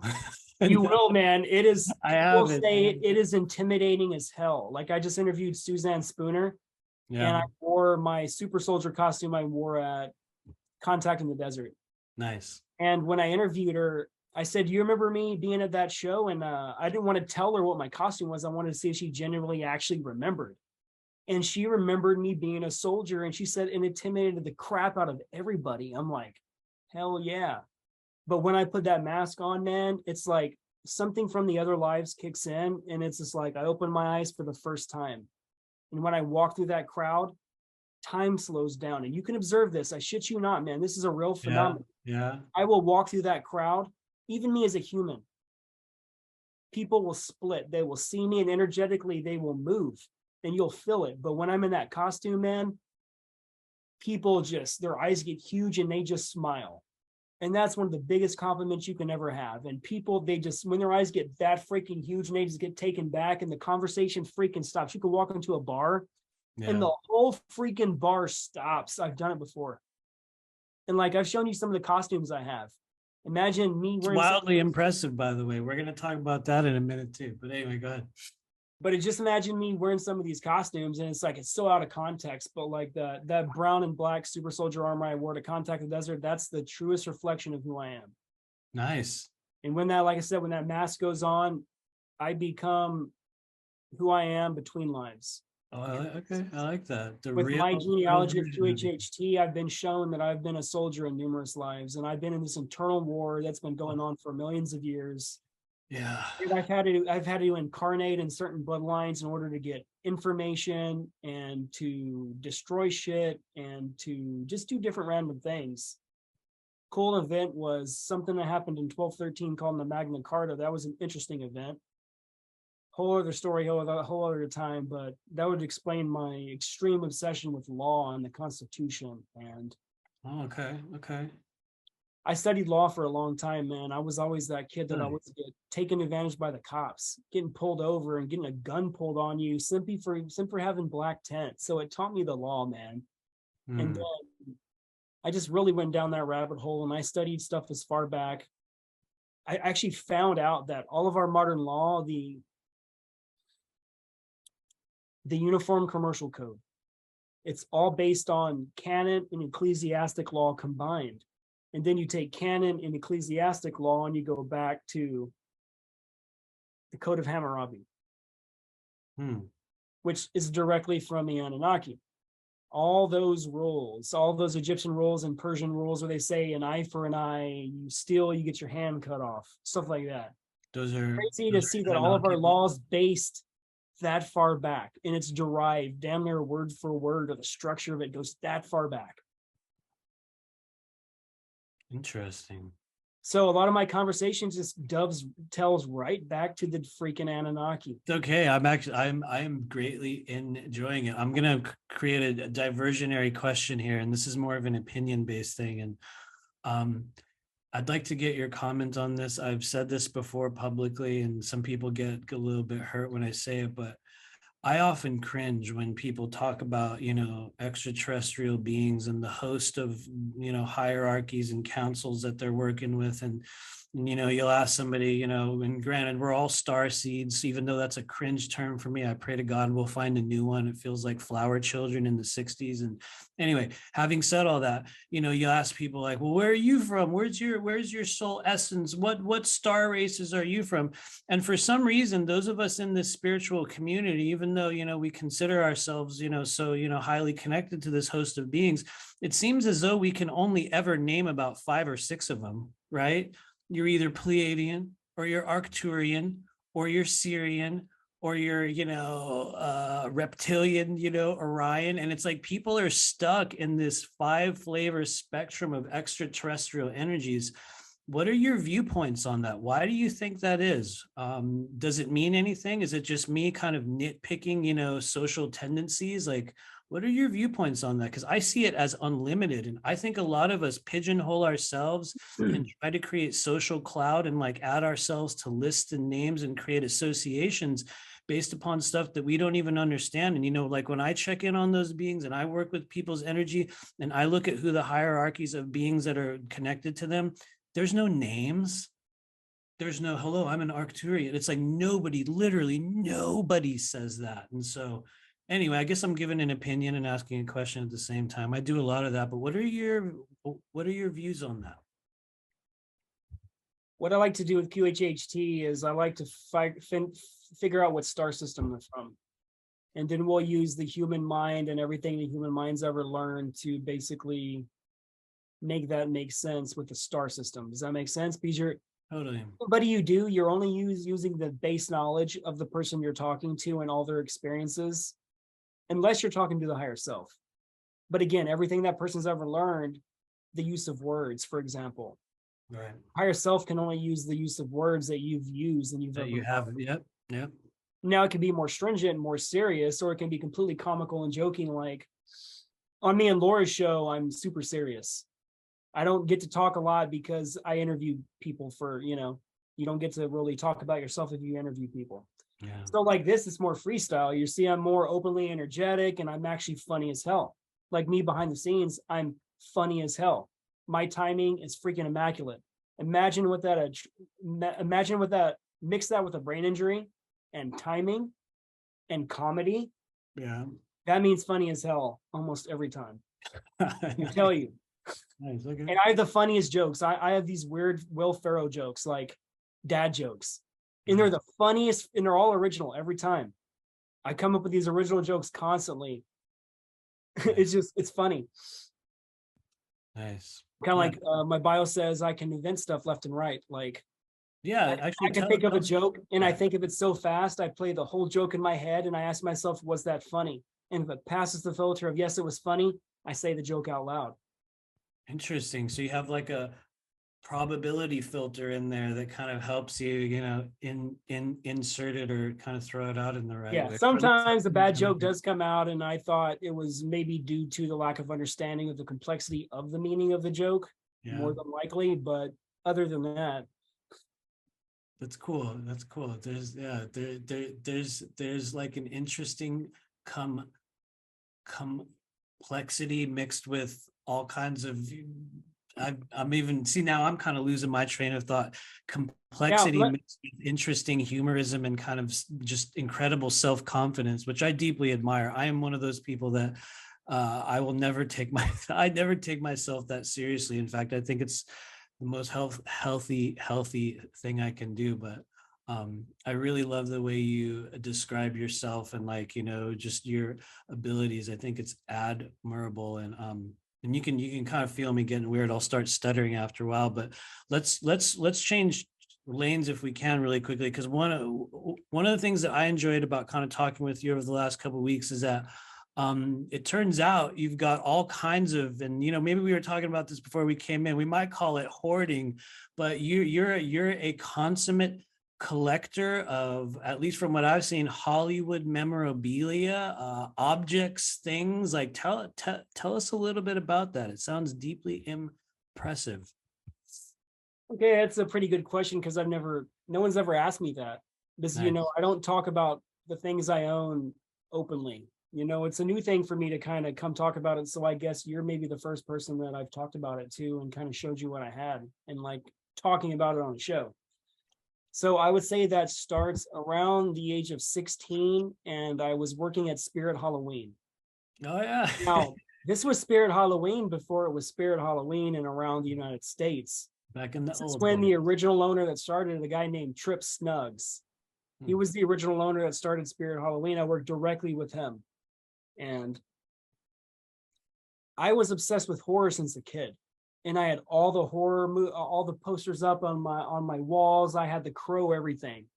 Bruce Nice. Lee's son. I fucking Yeah. love Eric Draven, that role, and what he did for people and how he would save people's lives, and he would put his own life on the line and get shot and cut up for doing the right thing. It was like, I don't know, it just inspired me to go beyond death to seek love and life, And it got to the point where I was really creative, and I was asked to create this graveyard scene at Spirit Halloween. So I created this huge graveyard scene, paid by them. I didn't make any money off of it. It was just more like, Yeah, just a thing. Yeah, to do. it was such a big deal with what I made that it was on the news and the newspapers. So that got the attention of Chris Abrams and Chris Christensen of Las Colinas Movie Studios. And they had came into Spirit and asked me if I wanted to work for a new project with them. And they were opening a mall studio movie tour with actual authentic movie props and costumes from the movies. And I'm like, hell yeah, I want to see all these movie costumes and like touch them. So I ended up being part of this tour where I would take people around, telling them about all these things. And we had these original guys that were on the movies came in, and we built these full-size props. Nice. Coupled with actual movie props. So I remember building a 9-foot alien queen and bringing in parts of a helicopter to make it look like it's crashing through a wall with bricks, while we have a fucking 7-foot predator with the original Predator mask. Nice. Which, by the way, is extremely heavy. Right. I was surprised about how heavy that mask is in real life. It is massive. Yeah. And I got to wear all these movie props around, and I treated them like toys. I got to wear Michael Myers mask. I got to touch all these major props all around the world, and it became an obsession. Nice. So I started tattooing in around, I would guess around 2001. And over time, I started making money, because if you're a good tattooer, you actually start making good money. So it got to the point where I owned my own tattoo shop. And I think I owned my own tattoo shop within 10 years of tattooing. Nice. Maybe 7 years. That's not common. And my shop is still open in Fort Worth, Texas. It still has the same name. It's still there, just new. What is it called? It's called Knuckle Up Tattoo. Knuckle Up Tattoo. Where is it? It's in Fort Worth, Texas. It's completely different now. It's just the same name, but the direction of what it was and what it is now is not the same thing. Okay. But that shop has been on reality shows. It's been in magazines. I've been on the Discovery Channel. I've been on Pit Bulls and Parolees. No one knows any of this. I never talk about some of these shows I've been on. Like, this is the first time publicly I've ever even mentioned it. which is Nice. crazy for me because Yeah. Okay. I was living this life where I was making all this money and I was just traveling the world and I was doing all these cool things, building $100,000 Chevelles and turbocharged cars and BMW M3s and buying Batman costumes and like all these freaking costumes that all these actors wore. And like, it got to the point where I just became a big nerd. So I got all the toys, I bought all the costumes, and it turns out that I feel like I built Michael Keaton's Batman house from 1989. When Vicky Vale walks into that room and there's armors everywhere. And it's like, I realized each one of those costumes was a reflection of Bruce Wayne's alter ego. Something in each costume reflected of who he was. So in 1989, I remember watching that movie for the first time from a drive-in, and I didn't even get to hear it in audio. My mom took us to watch Look Who's Talking 2. With like Kirstie Alley and shit, you know what I'm saying? But I remember watching the damn Batman movie because there was this dude in a costume and he's fighting the Joker. I didn't even know what the Joker was. Right. But I remember watching that movie in the bell tower at the end from the car and just watching Batman. And then I got to see it in person for the first time in a theater, and it blew me away. It's cool. Something in me just resonated with it. And the person I was in all these past lives, it's like I was the Batman. You know, a part of me is Bane, because they both will do what it takes to really make change in the world. Like Batman, he will put his physical body on the line to help people, but he does that in an anonymous way where no one knows anything about it. And that's what true power is, to let no one know who you truly are. Let them assume who you are, but what it comes down to is no one knows anything about you, period. Especially me. When I learned 15 years ago that the government was spying on the cell phones, on everything, I literally started covering up everything. My camera, like people make fun of me all the time. I have tape covering the front of my camera and the back of my camera, and it's on my laptop covering that. They're like, why do you do that? I used to, and I just gave up. Well, think about this. Well, think about this, man. No one ever thinks about this. Not only can an average person, an average IT guy, hack onto your computer and watch you, he can also watch you watch porn and look you in the eyes while you're doing it and watch everything you're watching. You know what I'm saying? Oh, yeah, I believe that is beyond. So when I realized that no matter where I went, everything's spying on me, I kind of just did a 180, and I was just like, I went into the shadows. Yeah. Like I started like walking in the shadows, like I started observing things, and it's like I never want to be seen because everything's designed to spy on you. And a lot of people truly don't know that. Like when you tell people, I believe it, yeah. Like when I seen the WikiLeaks Vault 7 drop, I was like, I knew about all that. I knew it. I freaking knew it. And they finally publicized it, and it vilified everything I've ever learned. And it's just like, I told you there's cameras in your smart TVs that watch you. They literally admitted it. No lawsuits has ever been, no lawsuit has ever been gone against WikiLeaks where they challenged the information and lost. Everything WikiLeaks ever dropped was 100% true. Yeah, they just went after Julian Assange. And do you think he's even still alive? Sorry to make a random question throw in there, but is he honestly, man, I hope he's still alive, because he's a thread that needs to hold on to help people wake up, because what they did to him for freedom of speech, and he literally didn't commit a single crime. I don't know how many times there's been court rulings where they say that even though there's classified information, as long as Julian Assange did not defraud and convince an employee to steal information to then release it on WikiLeaks, then that would only be a crime. They found out that all the investigations they ever did, all the information was given to him freely. And according to news publishing, even though something is classified, if it is illegal, it can still legally be released to the public. It's very good to know. I did not know. I mean, that's protected under the freedom of, sorry, I'm not talking about FOIA requests. I'm talking about the First Amendment, the dissemination of information. So when you're a news publishing company, you're now subject to certain rules and regulations. And if you violate those rules and regulations, then you're penalized. I hear you. Well, Julian, wherever you are. I hope he's alive, man. Yeah. No, I totally feel you. Thank you for weaving in and out through many different areas. I do have kind of one other question. I know we've been talking for a while, and we're definitely going to do this again. For those of you guys that are watching, we have some plans to do some other stuff in the future, so we're going to be learning a lot more. But one of the things we're seeing upon, the Earth plane right now is the massive explosion of artificial intelligence in many forms. And whether you assign yourself to the belief that it's been ever present throughout our entire human history, or you understand that a lot of people think it's something that we're creating, as if we could.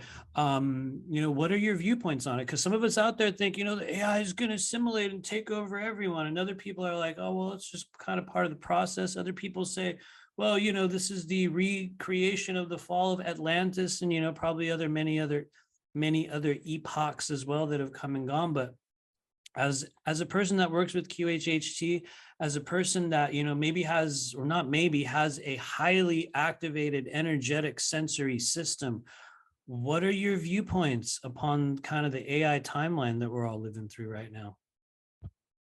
From what I've found out through QHHT is that the AI is ancient. And I'm talking about older than billions of years old. And the Sumerian tablets actually refer to the AI, and basically the Anunnaki were using the AI to help them create. And that's what this whole transhumanism movement is. It's basically they're trying to take consciousness and imprison it forever into a computer. So you can never, ever go back to source between lives. So one of the things that the Anunnaki did, they figured out is they knew that the afterlife involved judgment. So it's not like a judgment, like it's more of a self-judgment where you're shown everything you've ever done. And you get to see it from the eyes of the beings you wronged, and you get to feel it, what it felt like.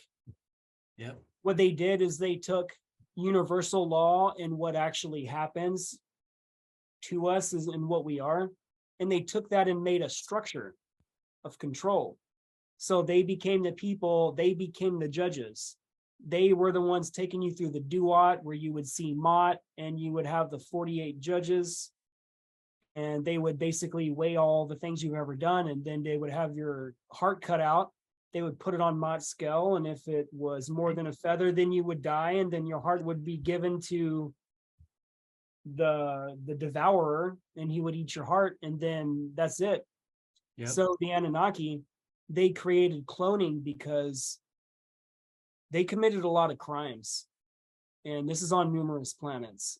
And they figured out if they died naturally, they've got to go back to source and have an account for what they did in life.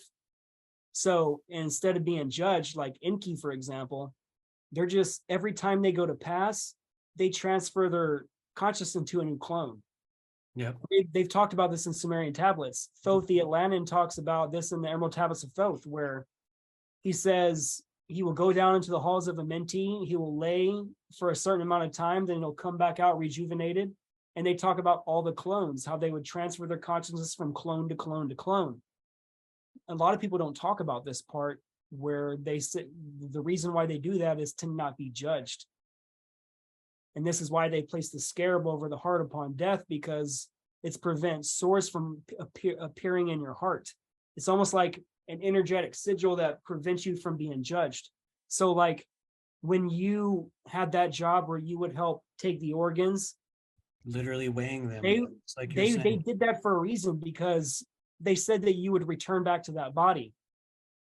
They can technically take your organs, take the DNA from it, have your original consciousness, transfer it back into a clone body grown by your own DNA from the original organs. Yeah. That's why all the gold, all the wealth was kept in the original human body. Because once the consciousness came back, it wouldn't come back in that body. It would come back in a clone grown body of the original DNA. It would still be King Tut or Akhenaten or Marduk. It's the same consciousness in the same clone body. Yeah, I agree. But earlier to mention to answer a question you mentioned, you said there's only so many species, ET species people talk about. Right, yeah. Okay, imagine this analogy. Imagine a single grain of sand on a single beach. in a single state, on a single planet, in the ocean of the cosmos.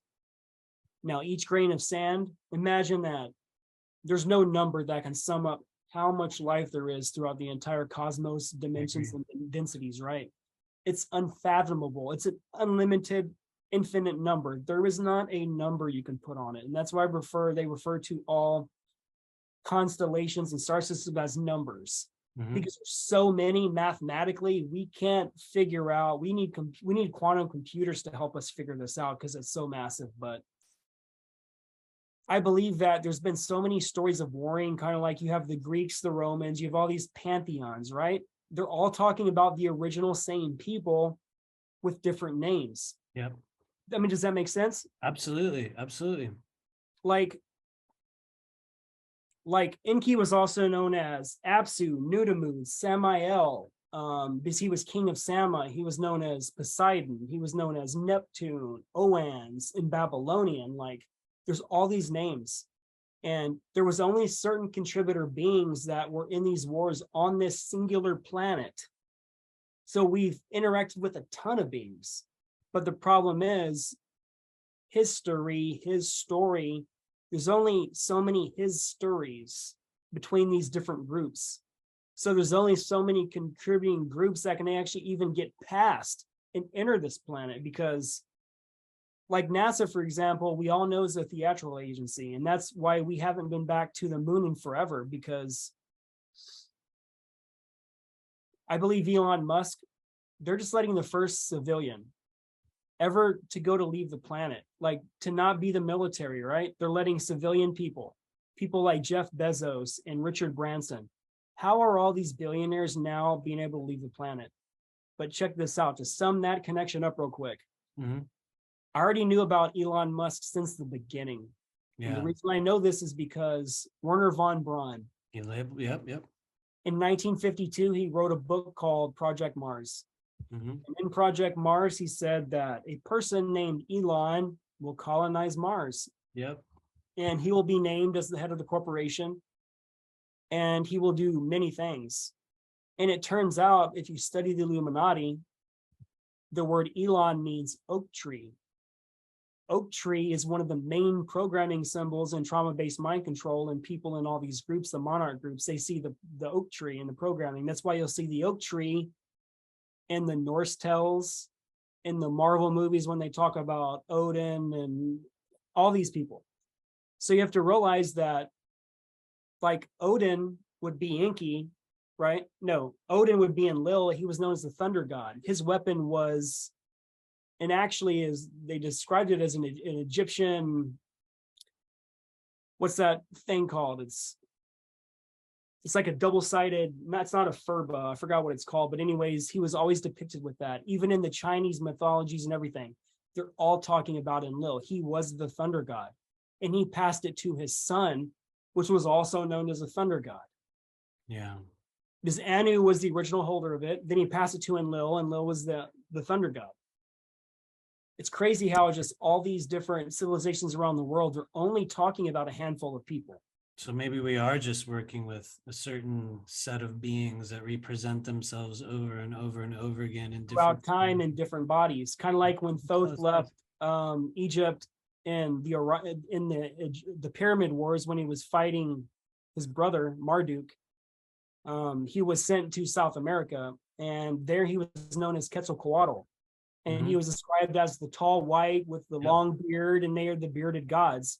Any of the pantheons where they're depicted as curled, bearded gods, anything with horns, those are all Anunnaki. You'll see that the Anunnaki have horns, typically 2, 3 to 4 horns, and typically that shows the rank.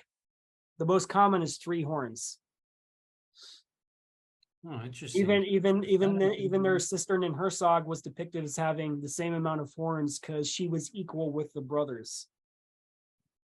Very interesting. I haven't, well, maybe not encountered, but I have viewed very, very vividly sets of beings that kind of sit within, what we might call portals or gateways that do, I believe, part of their task. And maybe it's some of the beings that you're talking about very much as you described. Maybe they were Anunnaki. I'm not one of those people that's like, what's your name? You know, when we're in those states, it's more based on an energy signature. But I've seen a lot of those forms, a lot of those kind of exactly as you're saying, like the rows of kind of horns and a number of things. And not that I ever try to identify them, it's merely things that I observe. But I think what you're saying makes sense from an observational perspective, and also from a number of other places. And, you know, once again, your knowledge of, you know, the Anunnaki history, you know, them as a race and their effects and, you know, how they've encountered and worked and, interacted with us on the earth plane is astounding. I look forward to talking about it with you more in the future. Also, the pyramid wars is a thing that I would like to talk about more in the future as well. But as you know, we're reaching into the 2-hour region here, and for everybody in YouTube land, when I do a 2-hour plus video, they kill it. They just destroy it. Like it's suggested to nobody. So so we'll kind of start to wind it down from this point, but We can also do a bunch of parts. we certainly can. Who knows? Maybe this will be a 2-part. I have no idea. I'll probably just throw the whole thing. We'll just put the whole thing up there. That's usually how I do it. But in going forward, for those that will watch to this stage of our video, how can people take advantage of the work that you do and join you? And, you know, whether it be QHHT or the tattoo work that you're doing, or even just like connect with you online. Because I know you're doing the show with Laura. You're doing a lot of things that I think, like I said at the start of our broadcast, which feels like a while ago now, I think that, you know, probably yourself and myself and a lot of other people are, you know, we're kind of the ones that don't necessarily get seen. We get thrown aside. We get passed up. We get, you know, in some cases greatly suppressed. We get That's because we're banned. the rebels. We get ostracized. We get canceled. If you're like me, you get canceled by a whole soul group of people just for, you know, saying the truth about people. Where can those who are ready to take part in what Drago Reid has to offer our collective find you?